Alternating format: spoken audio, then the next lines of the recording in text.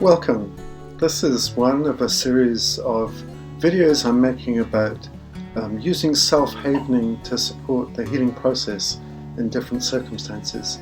So if you're not familiar with havening touch, I recommend that you watch my first video on facilitated self-havening, and that takes you through not only the practice of havening but some of the science behind it that lasts for about half an hour.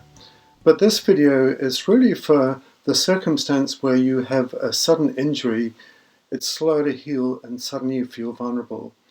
I decided to make it because one of my friends found herself in this circumstance. She's in her 60s. She'd been in perfect good health until this time. She had a sudden injury with a fracture in her spine, and it was taking a long time to heal, and she's beginning feeling really vulnerable and wondering, is this ever going to get better? Do I have to live with this pain now? Is my body falling apart? Am I going to have to just give up some of the activities that I enjoyed in life? So this video is really to introduce how you can use self-havening as a therapy to greatly enhance healing. And I'm going to explain some of the science behind healing and how havening touch can make such a difference. So first of all, I'm just going to begin to demonstrate the techniques of havening touch when it's applied to yourself. So this is a wonderful scientific advance developed by Dr. Ruden, a doctor in the USA and the founder of Havening Touch. And he showed that we can heal ourselves from trauma with the application of some very specific touch. And this touch is stroking on the palms of the hands. And you can do it backwards and forwards and round and round, it doesn't really matter. And often all of these are intuitive forms of touch. You see people doing this when they're nervous. It's stroking on the arms, just in one direction. It's always down from the shoulders down to the elbows. This, of course, this is the empathetic touch. And it's stroking on the face, across the forehead and down the side.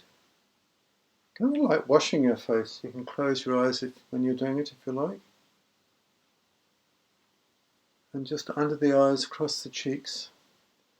And the reason we do these very specific forms of touch is that we know from the neuroscience that these forms of touch create high levels of a special kind of brainwave called delta waves.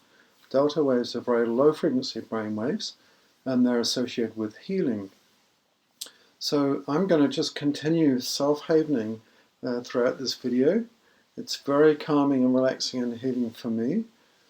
As I just talk you through the science of healing and how havening touch can really help you to accelerate healing from an unexpected injury. I invite you just to begin doing the touch to yourself. You can copy my movements, or you can just close your eyes and listen to my voice and just swap kind of at random between stroking your hands and stroking on your arms and stroking on your face, just like this. And you'll find that this is very soothing and just you might like to imagine that someone else, a loved person, is applying the touch to you, and try and bring an intention of love and connection and healing as you do the touch. So I'm just going to keep self-havening as I go all the way through this video and invite you to begin that now. So coming back to the topic of sudden injury. You know, our body can be in two extreme states. We can be in a state when we're fearful or under attack or need to defend ourselves or run away, when we're feeling anxious or frightened under threat. That's when the adrenal glands get going in our body. We get lots of adrenaline coursing through our body. And over millions of years of evolution, our body has evolved ways of protecting ourselves from sudden danger like a predator. So when we get all the adrenaline going, when we're in this state, you might have heard this called fight or flight. You might be familiar with that. There's adrenaline and other hormones coursing through the body. And what that means is that our body is now in survival mode. So we close down all body functions that are not immediately important for survival. So we cut down blood flow to lots of parts of the body. We increase the blood flow to our muscles. We heighten our perceptions and our hearing and our sight. And we prepare ourselves to flee from a predator or to fight or to get out of danger. The problem with that state of body is that it completely halts all the body functions that are to do with healing and nourishing and replenishing.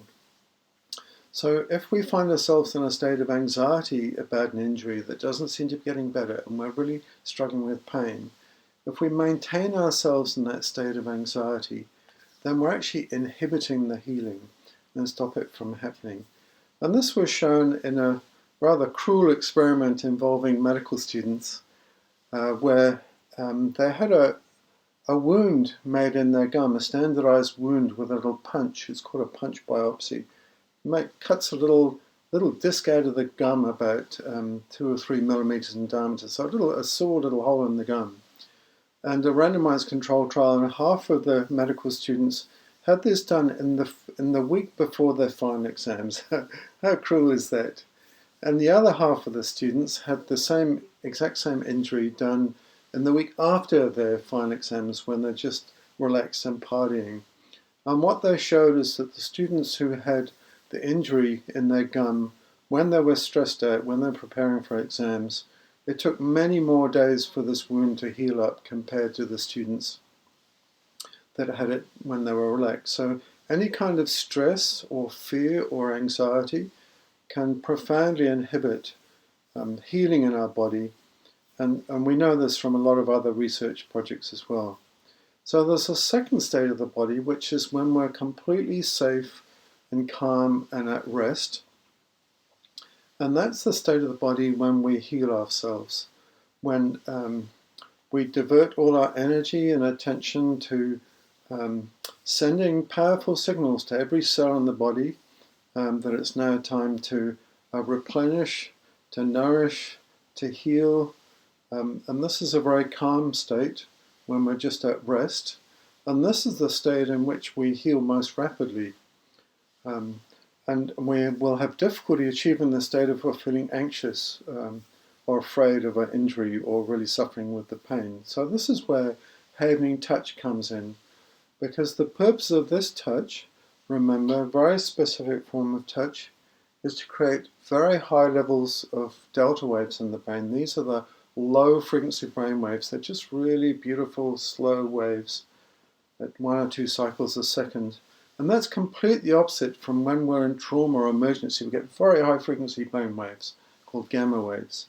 So the delta waves are generated in very high amplitude when we do these specific forms of touch. And this is one of the astonishing discoveries made by Dr. Ruden in the development of this therapy.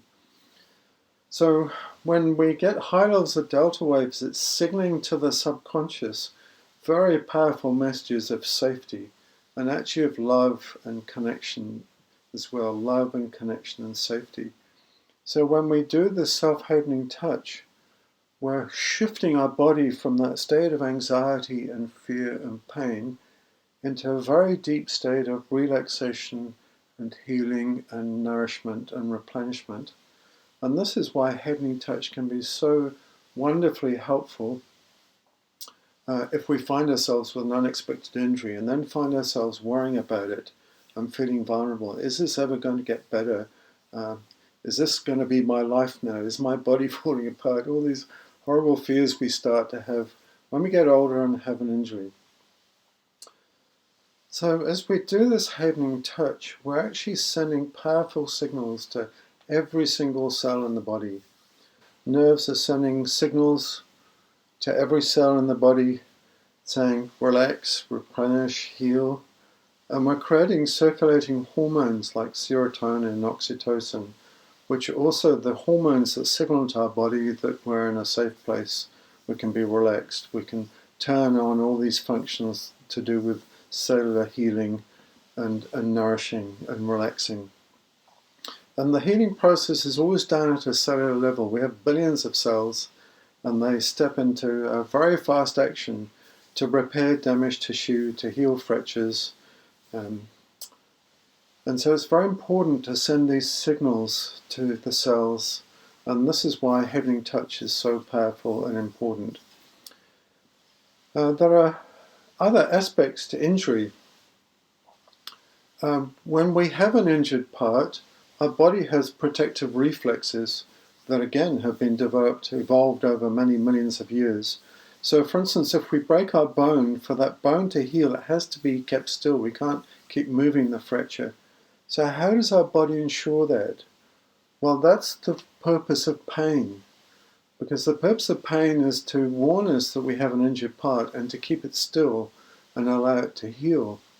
And there are other protective reflexes as well. So for instance, if you injure your back, if you have back pain, the body tends to immobilize that part also, not just with pain, but with muscle spasms. So anyone that's had a back injury know that the back muscles can get incredibly tight and taut.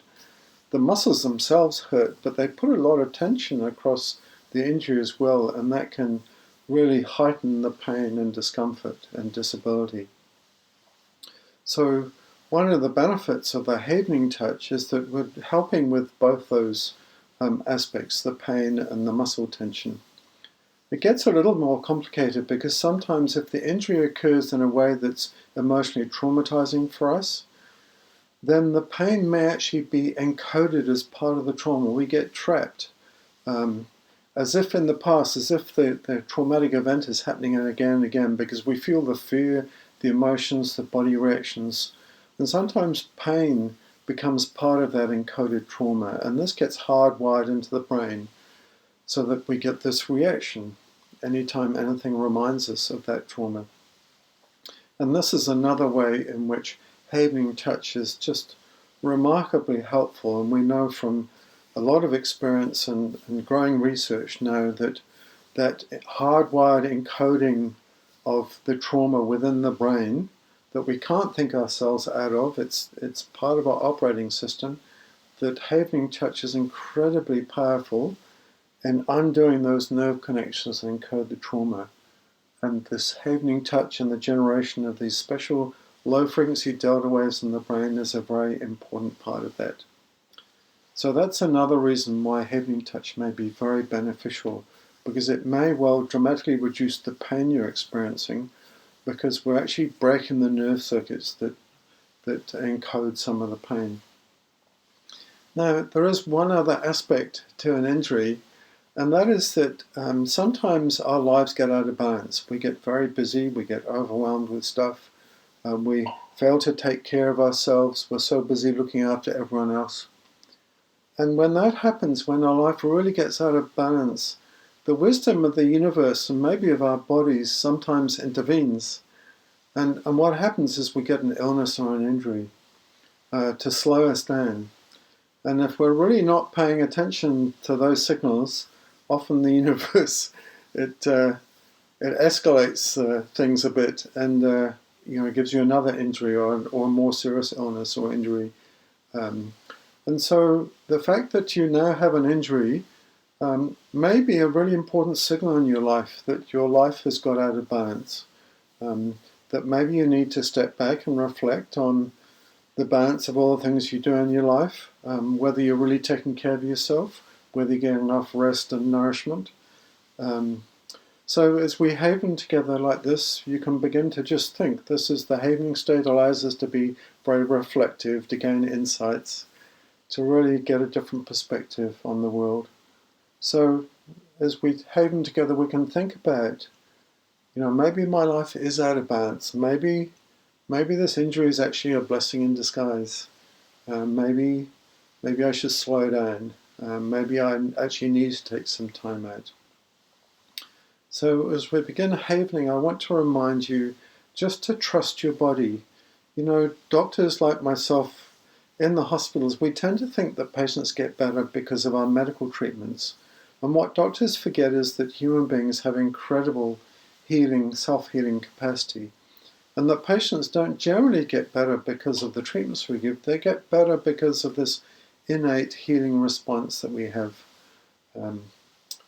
which is just very powerful. And the medical treatments, the drugs and the surgeries often just help that healing along. But they're not actually the cause of the healing itself. So this is a good time when we're feeling more relaxed with the havening touch, just when we're more in tune with our bodies, just to remember the incredible and trust to our bodies. Trust that our bodies are sending us some important signals. Trust that our bodies know to heal. trust that our bodies will heal in just the right pace that's going to be best for us in the long term. And really, be grateful for the wisdom of our bodies and the wisdom of the universe, that we can trust our bodies to heal. So with a sense of great gratitude and feeling very calm and relaxed, I'm going to finish this video now. I hope it's helpful for you in addressing your injury. I recommend that you use this as a regular practice, and you'll find very quickly that the injury starts to heal, the pain goes away, and you can get back to life again. So thanks for listening. It's been a pleasure being with you. Bye for now.